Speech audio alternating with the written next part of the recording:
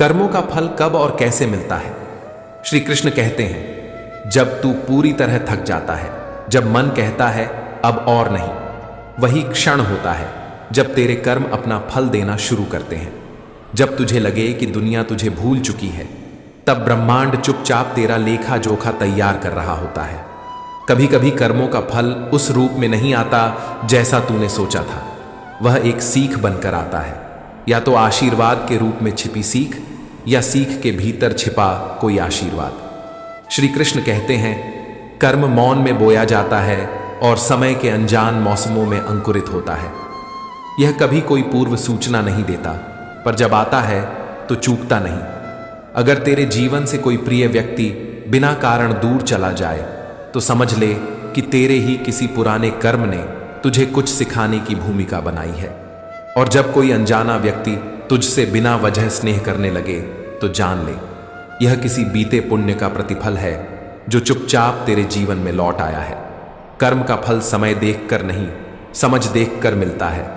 हर वो आंसू जो तूने चुपचाप बहाया दर्ज हो चुका है, और हर मुस्कान जो तूने दिल से बांटी वह भी तेरे पथ पर लौटने को तैयार है। श्री कृष्ण कहते हैं, जिस रात तू किसी के लिए मौन में रोया था, हो सकता है आज तू किसी की पहली सुबह की दुआ बन गया हो। यही है कर्म की लीला। गीता कहती है, जब पाप का समय आता है तब पुण्य चुप हो जाता है, लेकिन वह मौन भी कभी अन्याय नहीं करता। वह बस प्रतीक्षा करता है, क्योंकि न्याय के लिए समय की जरूरत नहीं, केवल योग्यता चाहिए। कर्म कभी व्यर्थ नहीं जाता। तू जो कर रहा है वही तेरे भाग्य की रचना कर रहा है। दूसरों को दोष देना सरल है, पर सत्य यही है कि तू स्वयं ही अपना भाग्य गढ़ता है। शायद आज तू आंसुओं में है, पर क्या यह वही आंसू नहीं है जो कभी किसी और की आंखों से बह निकले थे, तेरे ही कारण। कर्म निष्काम तब होता है जब वह ईश्वर को समर्पित हो, वरना हर विचार, हर इच्छा, हर भावना, इवन एक छोटी सी सोच भी एक बीज बन जाती है जो भविष्य में फल बनकर सामने आएगी। पाप तुरंत मुखर नहीं होता, वह तब तक शांत रहता है जब तक तेरे पुण्य सक्रिय हैं। लेकिन जैसे ही पुण्य थकते हैं, पाप उठकर कहता है, अब मेरी बारी है। यदि तूने कभी यह सोचकर कुछ गलत किया कि यह किसी की नजर में नहीं आया, तो याद रख, ईश्वर का न्याय कभी छिपा नहीं होता। वह बस प्रतीक्षा करता है, ऐसी प्रतीक्षा जो तुझे भ्रम में डाल सकती है कि शायद कुछ हुआ ही नहीं। सोच समझकर किया गया कर्म तुझे पछतावे से बचा सकता है, परंतु बिना सोचे किया गया कर्म तुझे कई जन्मों तक उसी पछतावे में जीने को मजबूर कर सकता है। कर्म का फल निश्चित है, पर उसका समय रहस्यमय है। ईश्वर की घड़ी में न जल्दी होती है न देर, सिर्फ न्याय होता है। इस गहन विषय को समझने से पहले आपसे एक विनम्र अनुरोध है, इस वीडियो को अंत तक देखें। अगर आपको यह प्रयास सार्थक लगे तो इसे लाइक करें और कमेंट में जय श्री राधे कृष्ण अवश्य लिखें। यदि आपने अभी तक चैनल को सब्सक्राइब नहीं किया है तो कृपया अभी करें और बेल आइकॉन जरूर दबाएं, ताकि हमारी हर नई प्रेरणात्मक वीडियो सबसे पहले आप तक पहुंचे। श्री कृष्ण कहते हैं, कर्म चाहे अच्छा हो या बुरा, वह लौट कर तेरे पास ही आता है, तेरे ही जीवन में, तेरे भीतर। यदि तू आज यह समझ जाए कि हर कार्य एक चक्र है जो घूमकर वापस आता है, तो शायद कल तू किसी को ठेस पहुंचाने से पहले खुद को टटोलने लगेगा। गीता में श्री कृष्ण ने कहा, कर्म कर पर फल की चिंता मत कर। इसका अर्थ यह नहीं कि तू कुछ भी कर सकता है, यह एक चेतावनी है कि भले तू फल की चिंता न करे, पर हर कर्म में उसका फल पहले से ही समाहित है। हर जन्म एक पड़ाव है, हर पीड़ा एक शिक्षक, हर क्षण एक दर्पण, और यह स्क्रिप्ट यह अंत नहीं है, क्योंकि ना तुम रुके हो, ना तुम्हारे कर्म, ना उनकी प्रतिध्वनि। शब्द रुक सकते हैं पर कर्मों की गति नहीं। तब समाप्त हो सकता है पर फल की प्रतीक्षा नहीं। प्रार्थना मौन हो सकती है पर उसका असर अनंत है। इसलिए मुस्कुराओ जब पीड़ा आए। समझो कि अब वह बीज फूट रहा है जिसे तुमने किसी भूले हुए पल में बोया था। जो छूट जाएगा उसी से मोह रखते हो, जो साथ जाने वाला नहीं है उसके लिए दिन रात रोते हो। क्या यही कमाई थी जिसके लिए आत्मा भी बेच दी और अंत में वह भी हाथ नहीं आया? सोचो, साथ में क्या लाए थे और क्या लेकर जाओगे? श्री कृष्ण कहते हैं, जिस दिन तुमने जन्म लिया उस दिन न तुम्हारे पास दौलत थी, न मकान, न पद, न प्रतिष्ठा, न तुम्हारी जेब में जमीन की नकल थी, न ही रिश्तेदारों की सूची। सिर्फ एक सांस थी जो प्रभु ने दी थी, निःशुल्क, निस्वार्थ, निशब्द। अब जब जाना होगा तो वही सांस वापस हो जाएगी, बिना पूछे, बिना तुम्हारी इजाजत के। और जो तुमने इकट्ठा किया वह सब यहीं धरा रह जाएगा। संग ना दौलत जाएगी, ना ही गाड़ी, ना ही वो फोटो जिस पर तुमने लिखा था माय ड्रीम लाइफ। तब साथ कौन होगा? केवल तेरे कर्म, कड़वी बातें, तानों की धार, बिना जरूरत का गुस्सा, औरों की बेइज्जती। यह सब तेरे साथ एक बोझ की तरह चलेंगे और अगले जन्म की राहों को कांटों से भर देंगे। पर वहीं यदि किसी की सेवा की हो, किसी भूखे को रोटी दी हो, किसी रोते को चुप कराया हो, किसी गरीब के बदन पर गर्मी रख दी हो, तो वह पुण्य बनकर तुझे अगली बार आंचल बनकर ढकेंगे। जो चीज तुम्हें बुरी लगे वह कभी किसी और को मत दो। अपमान, कटुता, झूठ, यह वह धुएं हैं जो आत्मा को काला कर देते हैं। और फिर तुम सोचते रह जाते हो, मैंने तो कुछ गलत नहीं किया था। फिर यह जीवन इतना कठिन क्यों? तुम भूल गए कि कर्म आंखों से नहीं दिखते, वे आत्मा पर लिखे जाते हैं। जो बोया है वही उगेगा और जो लुटाया है वही तुम्हारा है। समेटा हुआ सपना है, बांटा हुआ अपना है। तुमने रोटी बांटी, तुमने सम्मान दिया, तुमने मौन से किसी को शांति दी, तो वह सब तुम्हारे ही साथ चलने वाला सत्य बन गया। बाकी सब छाया है, भ्रम है, धोखा है। और यह जो भागदौड़ है ना, इसका नाम है भ्रम। मकड़ी के जाले जैसा जिसे तुमने खुद बुना और अब फंसे हो उसी में। कभी बैठकर मौन में सोचो, क्या यही शांति है? क्या यही जीवन का मूल्य है? तुम इतना डरते क्यों हो उस क्षण से जिसे तुम मृत्यु कहते हो? वो तो सिर्फ एक दरवाजा है जहां से आत्मा फिर निकलती है नई यात्रा के लिए। पर जो अपने साथ बुरे कर्म ले गया, उसकी अगली यात्रा शांति की नहीं, पश्चाताप की होगी। इसलिए अगर देना ही है कुछ तो मीठे शब्द दो, समझदारी दो, सम्मान दो, सहानुभूति दो। यह वह सिक्के हैं जिनकी कोई सीमा नहीं, ना इस लोक में ना परलोक में। तिल भर नहीं ले जा सकते तुम, और तुमने जीवन भर पहाड़ समेटे। कैसी विडंबना है, खाली हाथ आए, खाली हाथ जाओगे और बीच का जीवन भराव का धोखा बन गया। शरीर नहीं जाएगा, रिश्ते नहीं जाएंगे, नाम नहीं जाएगा, प्रसिद्ध नहीं जाएंगी, और जो तुम सबसे ज्यादा समझते थे अपना, वह भी तुम्हारा नहीं था। फिर भी तुम मोह में बंधे हो उससे जो क्षणिक है, जो टिकेगा नहीं, जो साथ नहीं चलेगा। क्या तुम्हें अब भी जरूरत है समझाने की, या अंत की प्रतीक्षा है जहां उत्तर भी नहीं मिलेगा? केवल खामोश दर्पण मिलेगा जो तुम्हें तुम्हारा ही चेहरा दिखाएगा। कहते हैं ईश्वर ही केवल साथ जाता है, पर ईश्वर कौन है? तुम्हारे भीतर का वह प्रेम, वह सेवा, वह मौन जिसे तुमने कभी किसी के लिए जिया था। तो अब भी देर नहीं हुई है। जो कुछ भी देना है आज ही दे दो, जो कुछ भी बनना है अभी बन जाओ, क्योंकि वक्त किसी का इंतजार नहीं करता और जीवन दोबारा लौट कर नहीं आता।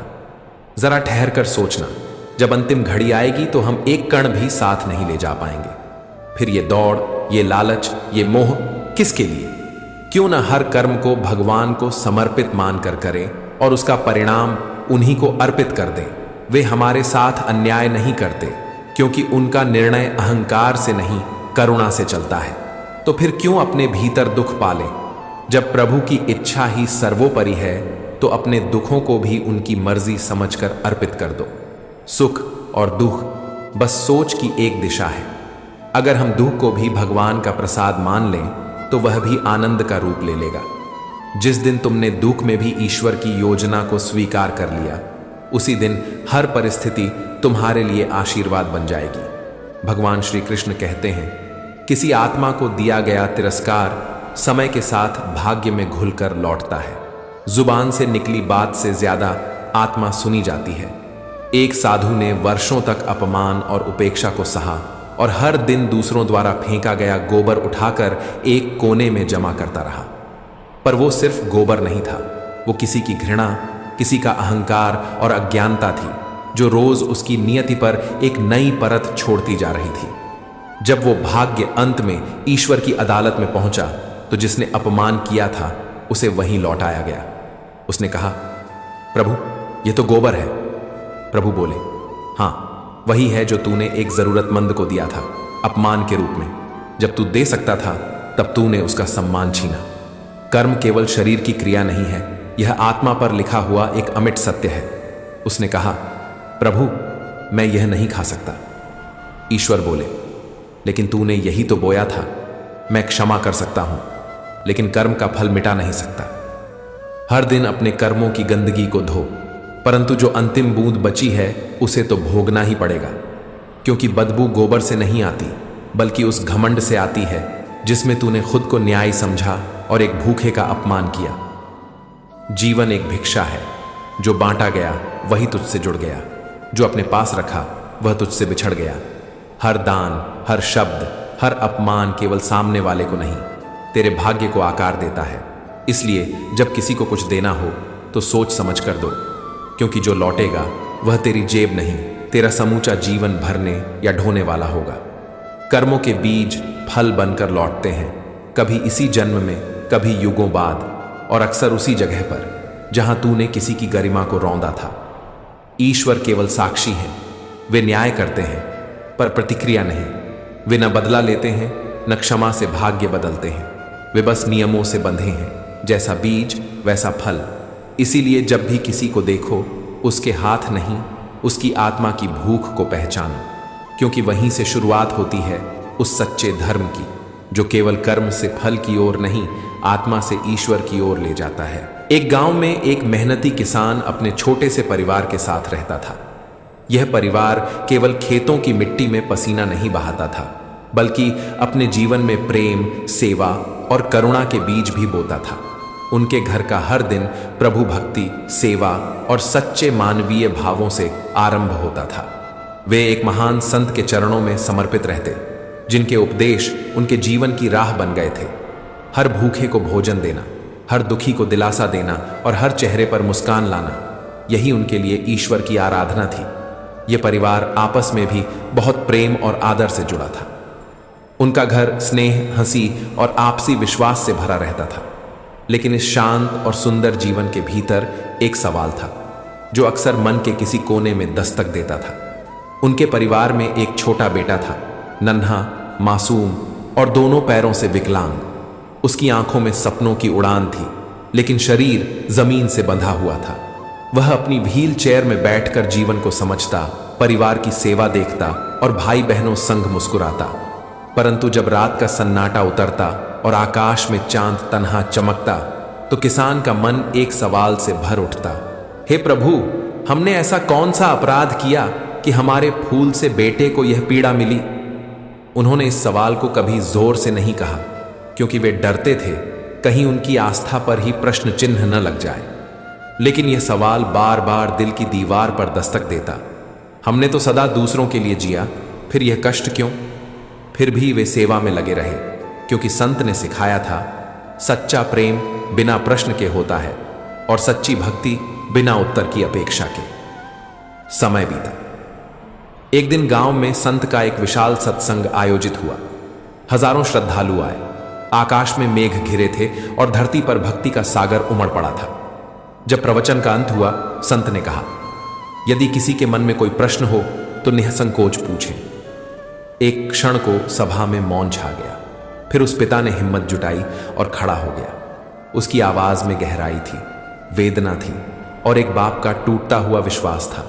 उसने कहा, गुरुवर, हमने हमेशा सेवा की, कभी किसी का बुरा नहीं किया। हम आपके उपदेशों को अपने जीवन में उतारते आए हैं। फिर भी मेरे बेटे को यह पीड़ा क्यों मिली? उसका क्या दोष था? क्या हमारी भक्ति में कोई कमी थी? सभा निःशब्द थी। सबकी निगाहें उस पिता पर थीं। संत ने कुछ पल आंखें बंद कीं और फिर बोले, प्रिय आत्मा, तुम्हारा सवाल तुम्हारे पुत्र के लिए तुम्हारे प्रेम का प्रमाण है। केवल इसलिए उठा क्योंकि तुम्हारा हृदय उसके दुख से कांप उठा है। लेकिन सुनो, यह जीवन केवल इसी जन्म की कहानी नहीं है। जो आत्माएं सेवा, त्याग और प्रेम से भरे हुए घरों में जन्म लेती हैं, वे विशेष होती हैं। तुम्हारा पुत्र कोई साधारण आत्मा नहीं है। वह तो तुम्हारी परीक्षा है, तुम्हारे जीवन की तपस्या है। कभी कभी विकलांगता कोई सजा नहीं होती, बल्कि एक वरदान होती है, ताकि संसार सेवा का अर्थ समझे। उसका शरीर कमजोर हो सकता है, लेकिन उसकी आत्मा दिव्य है, और यह तुम जैसे भक्तों को ही सौंपा जाता है, जो प्रेम की भाषा को समझते हैं। और सेवा को अपना धर्म मानते हैं। संत की बात सुनकर सभा की आंखों में अश्रु थे, पर वह अश्रु दुख के नहीं, प्रकाश के थे। उस दिन किसान ने जाना कि कभी कभी प्रश्नों के उत्तर शब्दों में नहीं, अनुभूति में मिलते हैं। संत महात्मा ने उस पिता की आंखों में झांकते हुए कहा, कुछ प्रश्नों के उत्तर शब्दों में नहीं, बल्कि समय और कर्म के रहस्यमयी जाल में छिपे होते हैं। सत्य सरल नहीं होता और कभी कभी वह दिल को चोट पहुंचा सकता है, लेकिन तुम्हारे भीतर जो पीड़ा और असमंजस है उसे शांत करने के लिए मैं तुम्हें एक कथा सुनाता हूं। यह बालक जो आज तुम्हारे लिए जीवन से भी अधिक प्रिय है, पूर्व जन्म में भी एक किसान का बेटा था, सीधा सादा, मेहनती और अपने माता पिता से प्रेम करने वाला। वह प्रतिदिन खेत में काम कर रहे अपने पिता के लिए दोपहर का भोजन लेकर जाया करता। उसकी मां बड़े स्नेह से थाली सजाती और कहती, जा बेटा, अपने पिताजी को खाना दे आ। एक दिन जब वह जैसे ही थाली लेकर निकला, तभी बाहर से उसके मित्र ने आवाज दी। उत्साह में वह खाना वहीं छोड़कर अपने दोस्त से बात करने चला गया। उसी दौरान एक भूखा और कमजोर कुत्ता घर में घुस आया। उसकी नजर थाली की रोटियों पर पड़ी और वह खाने लगा।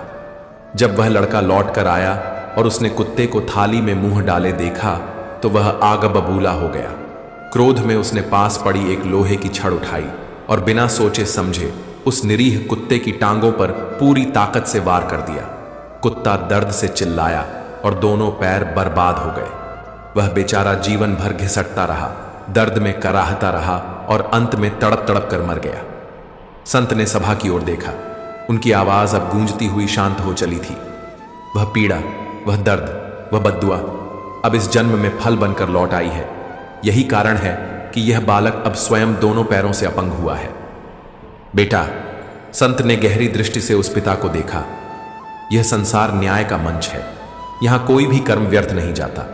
हर क्रिया की प्रतिक्रिया है, हर चोट का जवाब समय देता है। यह विधि का विधान है। यदि तूने किसी प्राणी को कष्ट पहुंचाया है तो वह पीड़ा तुझे लौटकर अवश्य मिलेगी। यह प्रकृति का अटल नियम है। भगवान श्री कृष्ण ने स्वयं गीता में कहा है कि कर्म ही मनुष्य का भाग्य बनाता है। जीवन में जो भी परिस्थिति आती है वह हमारे ही पूर्व कर्मों का परिणाम होती है। कोई भी आत्मा अपने कर्म से मुक्त नहीं हो सकती। यही कारण है कि हमें हर कर्म सोच समझकर करना चाहिए, न केवल दूसरों के लिए बल्कि अपने स्वयं के भविष्य के लिए भी। याद रखो, संत ने धीमे स्वर में कहा, जब कोई आत्मा इस संसार में जन्म लेती है तो वह अपने साथ अपने पुराने कर्मों का लेखा जोखा भी लाती है। अच्छे कर्म उसे ऊपर उठाते हैं और बुरे कर्म उसे सीख देने आते हैं। इसलिए अपने जीवन को सत्य, प्रेम और दया के मार्ग पर चलाओ। तुम्हारे वर्तमान के कर्म ही तुम्हारे भविष्य की दिशा तय करते हैं।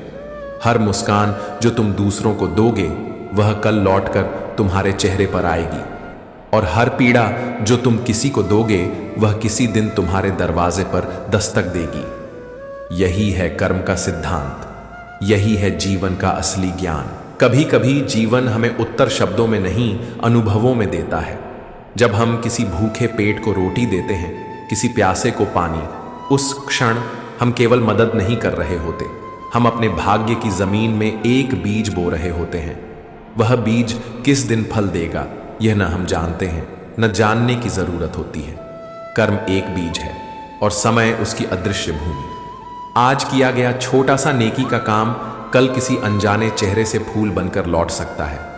बचपन की एक भूख, एक गिलास दूध और वर्षों बाद किसी डॉक्टर का वह कर्तव्य बोध, यही तो जीवन की अद्भुत कड़ी है।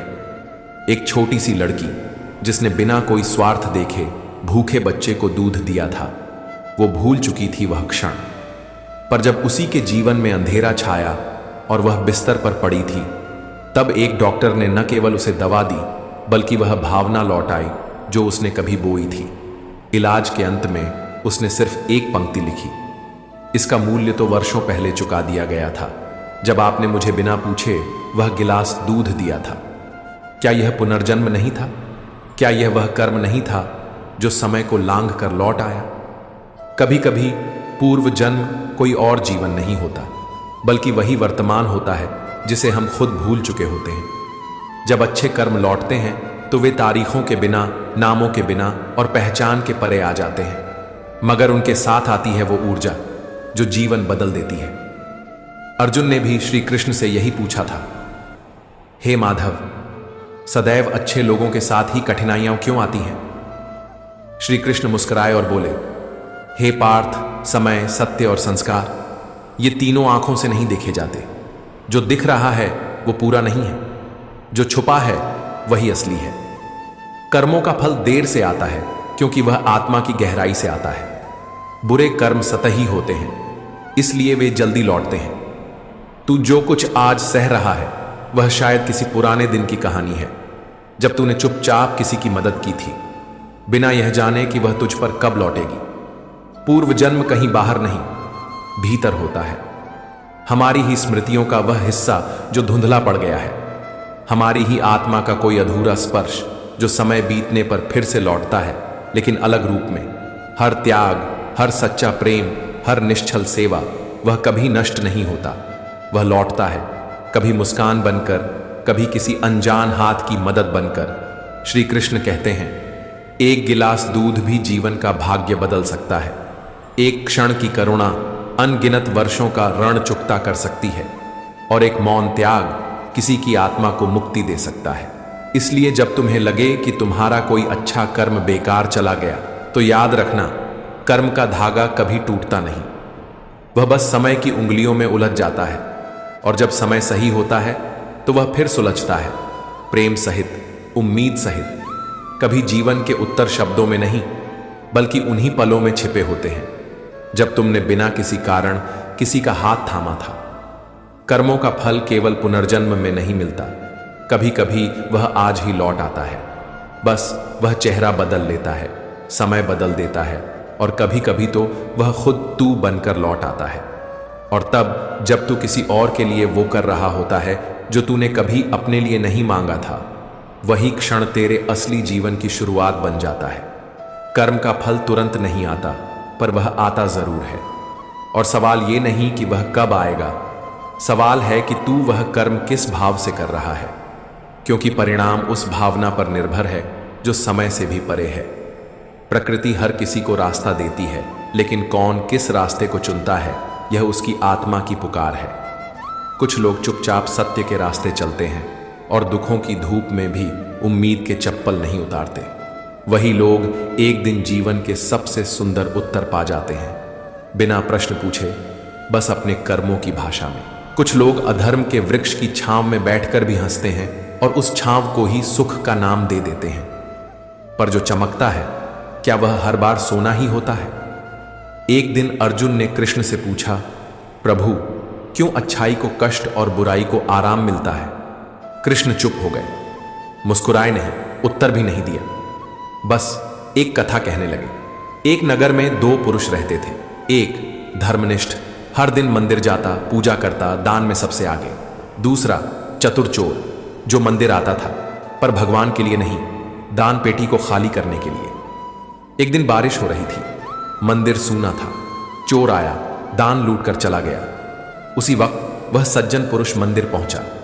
लोगों ने उसे देखा, धन देखा और उसे ही चोर समझ लिया।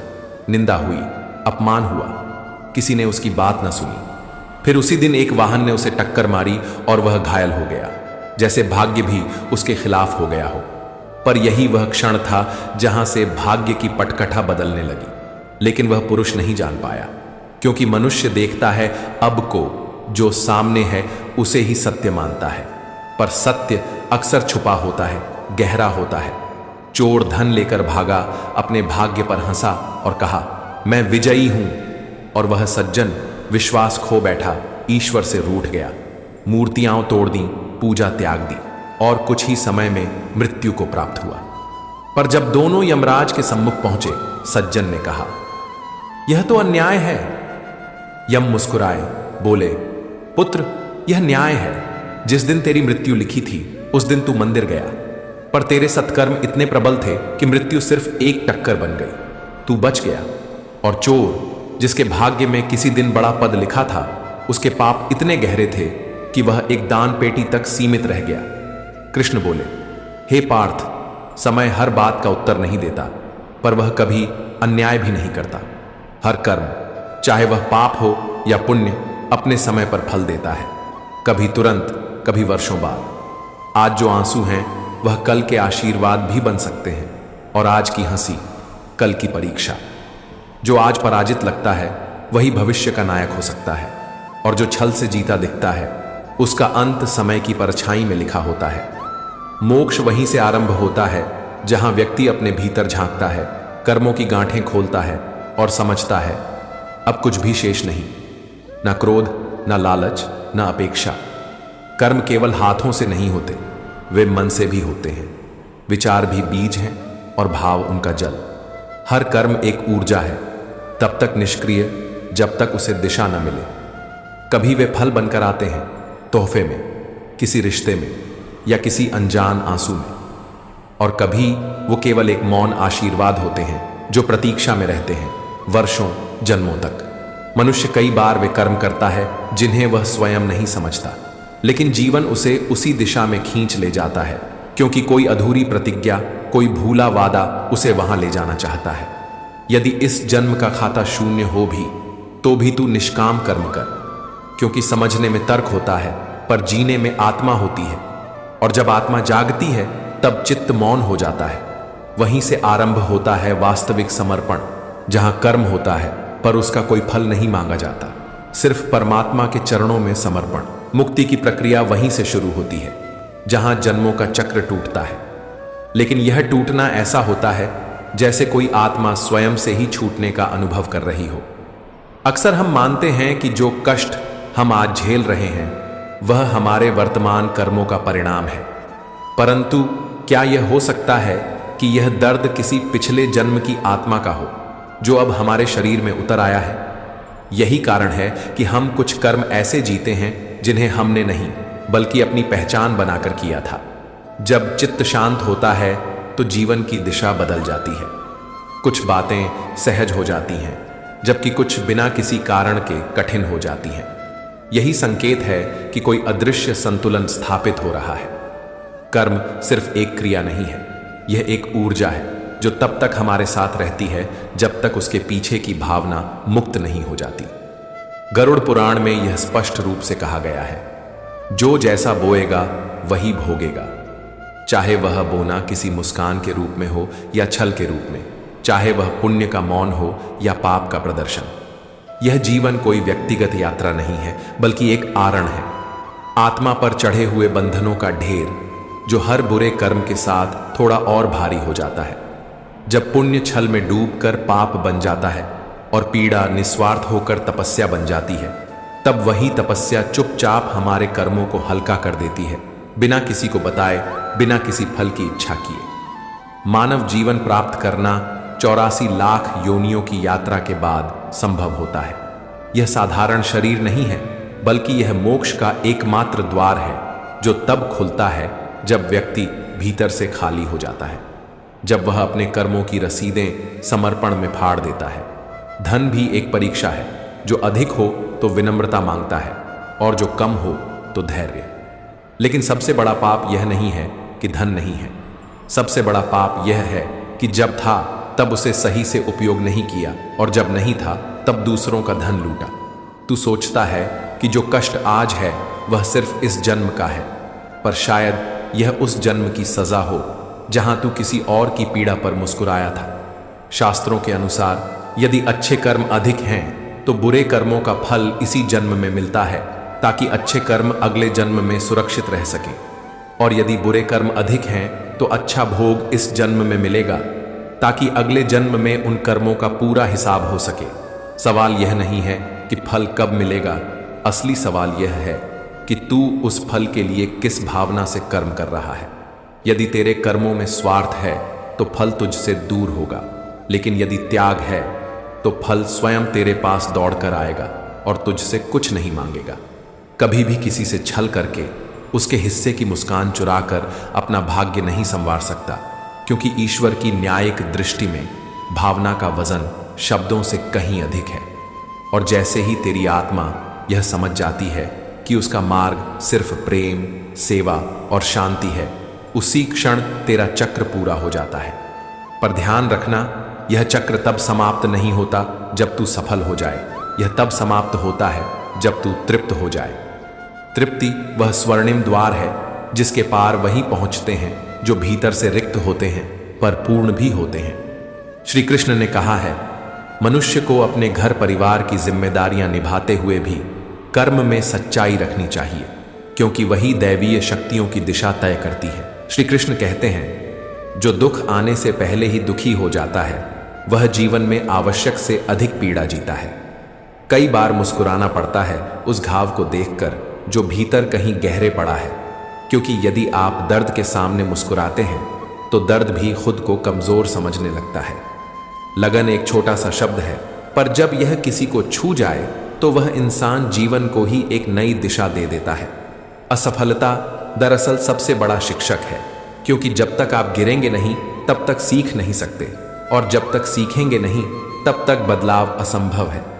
जीवन की सारी बातें सिखाई नहीं जा सकती। कुछ ज्ञान अनुभव देता है, कुछ समय, कुछ तो केवल छोटे ही सिखा पाती हैं, और जो व्यक्ति चोट से डरकर रुक जाए वह फिर कभी आगे नहीं बढ़ पाता, क्योंकि ठहर जाना कभी समाधान नहीं होता।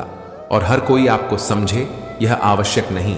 जैसे हर कोई किताबों को नहीं समझ पाता, वैसे ही हर कोई आपको भी नहीं समझेगा। कभी कभी जीवन में स्थिरता की तलाश करना सबसे बड़ी अस्थिरता बन जाता है, क्योंकि प्रेम, घृणा, समय, संबंध कुछ भी इस जीवन में स्थिर नहीं है। हर बात हर पल प्रवाह में है, और जो खुद को इस प्रवाह में बहा देता है वही सच में जीवित होता है। संघर्ष में बहना, चोट में बहना, आंसुओं में बहना और हंसी में बहना, यही जीवन है। क्योंकि जो ठहर जाए वह जीवन नहीं, वह केवल अस्तित्व है। जितना अधिक लगाव उतना ही अधिक घाव। इसलिए किसी से अत्यधिक अपेक्षा मत रखो, क्योंकि जिन्हें सबसे ज्यादा उम्मीदें होती हैं वही सबसे ज्यादा तोड़ते हैं। जो इंसान गुस्से में रोते हुए सच बोल दे वह झूठा नहीं होता, वह बस थक गया होता है। थकान भी कई बार सच्चाई को बाहर निकाल देती है जो वर्षों से दबा हुआ होता है। अच्छा इंसान मतलबी नहीं होता, वह बस चुपचाप उन लोगों से दूर हो जाता है जो उसकी अहमियत नहीं समझते। श्री कृष्ण कहते हैं, कर्मों का फल हर हाल में भोगना पड़ता है। दिखावे की चमक देर तक नहीं टिकती, अपनेपन का पर्दा जल्द ही गिर जाता है। इसलिए अपनी व्यथा सबके सामने मत रखो, क्योंकि इस संसार में 80% लोगों को कोई फर्क नहीं पड़ता, और बाकी 20% इस बात से प्रसन्न होते हैं कि तुम दुखी हो। कभी किसी को इतनी अहमियत मत दो कि वह तुम्हारी मुस्कान ही छीन ले, क्योंकि कलयुग का नियम यही है। यहां बुरे के साथ क्या होगा कोई नहीं जानता, लेकिन अच्छे के साथ बुरा होना निश्चित है। समझदारी का अर्थ यह नहीं कि आप सब कुछ जान जाएं, बल्कि समझदारी यह है कि आप दूसरों की अच्छाई देखकर तुलना नहीं बल्कि प्रेरणा लें। अगर कोई संगत तुम्हारे विचारों को शुद्ध कर दे तो वह कोई सामान्य व्यक्ति नहीं, वह तुम्हारे भाग्य में लिखा एक दुर्लभ आशीर्वाद है। कठिन समय ही तुम्हारे भीतर की असली शक्ति को जन्म देता है। मौन सबसे बड़ा उत्तर होता है और क्षमा सबसे बड़ी सजा।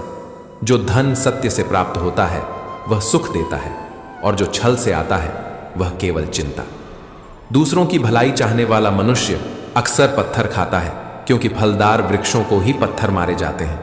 जो कार्य आप प्रेम से करते हो उसी में सफलता स्वयं दौड़ कर आती है। सफलता कभी भी खुशी की कुंजी नहीं होती, बल्कि खुशी ही सफलता की असली चाबी है। जो व्यक्ति 5 बातों का शिकार हो जाए, नींद, गुस्सा, डर, थकान और टाल मटोल, वह स्वयं को बर्बादी के रास्ते पर ले जाता है। लक्ष्य में जो खो जाए वही पाया जाता है। यदि कल दुखद था तो आज को उसकी चिंता में मत डुबो, क्योंकि किसी भी रिश्ते की नींव केवल विश्वास होती है, और सच्ची खुशी केवल आजादी से उपजती है। और आजादी का दूसरा नाम है साहस। जिस व्यक्ति में साहस नहीं उसमें जीवन की मुस्कान भी नहीं। जैसे वृक्ष पत्तियां बदलता है पर अपनी जड़ें नहीं छोड़ता, वैसे ही अपने सिद्धांतों को मत बदलो। रास्ते बदलने पड़ सकते हैं लेकिन मंजिल नहीं। मेहनत का उत्तर यदि न मिले तो थक कर बैठो मत, बस राह बदल दो, मंजिल वहीं रहेगी। और जब कोई तुम्हारे साथ ना चले तो अकेले चलने की हिम्मत रखो, क्योंकि इतिहास उन्हीं के नाम होता है जो अकेले चलना जानते हैं। श्री कृष्ण कहते हैं, जब ऊपर से कुछ गिरता है तो यह मत समझो कि वह नारियल है जो चोट पहुंचाएगा, हो सकता है वह अंगूर हो जो मिठास दे। यह हमारी दृष्टि तय करती है कि वह उपहार है या परीक्षा। इसलिए जब कोई चोट जैसी चीज ऊपर से आती है तो सिर नहीं, दिल झुकाओ। और तब एक वाक्य भीतर से जन्म लेता है, भगवान तू बड़ा दयालु है। यह वाक्य तब जन्म लेता है जब मनुष्य टूटता नहीं, झुकता है। चुप्पी कई बार एक पुकार होती है, सृष्टि की सबसे मौन पुकार। और जब हम इस मौन को सुन पाते हैं तब कहानी का नया पन्ना पलटता है। अंत में कोई अंत नहीं होता, हर अंत सिर्फ एक नई शुरुआत होती है। यह जीवन कभी रुकता नहीं, बस पलटता है, ताकि हम सीखें कि ईश्वर हर बार नारियल नहीं फेंकते, कभी कभी अंगूर भी देते हैं ताकि हम मुस्कुरा सकें। तो मित्रों, यदि ये विचार, ये उपदेश, ये कहानी आपके मन को छू गई हो तो इस वीडियो को लाइक करें और कमेंट में जय श्री कृष्ण अवश्य लिखें। आपका हृदय से धन्यवाद। जय श्री कृष्ण।